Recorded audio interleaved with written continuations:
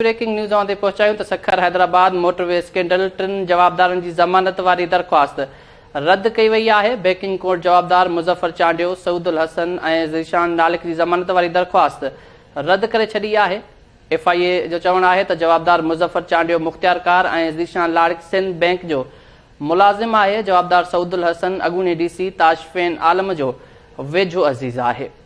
FIA जो वधीक चवणु आहे त जवाबदार करप्शन ज़रिए हासिल कयल रक़म जी मुंतक़िली बाबति हिकमत अमली जोड़ींदा हुआ। जवाबदार अॻूणी DC ताशफ़ेन आलम खां WhatsApp ज़रिए हिदायतूं बि वठंदा हुआ।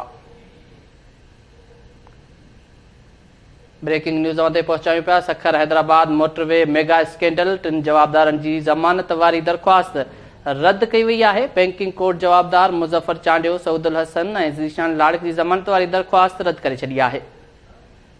FIA जो चवणु आहे त जवाबदार मुज़फ़र चांडियो मुख़्तियार कार ऐं ज़ीशान नालिक सिंध बैंक जो मुलाज़िम आहे। जवाबदार सऊदुल हसन अॻूणी DC ताशफ़ेन आलम जो वेझो अज़ीज़ आहे। FIA जो वधीक चवणु आहे त जवाबदार करप्शन ज़रिए हासिल कयल रक़म जी मुंतक़िली बाबति हिकमत अमली जोड़ींदा हुआ। जवाबदार अॻूणी DC ताशफ़ेन आलम खां WhatsApp ज़रिए हिदायतूं पिणु वठंदा हुआ।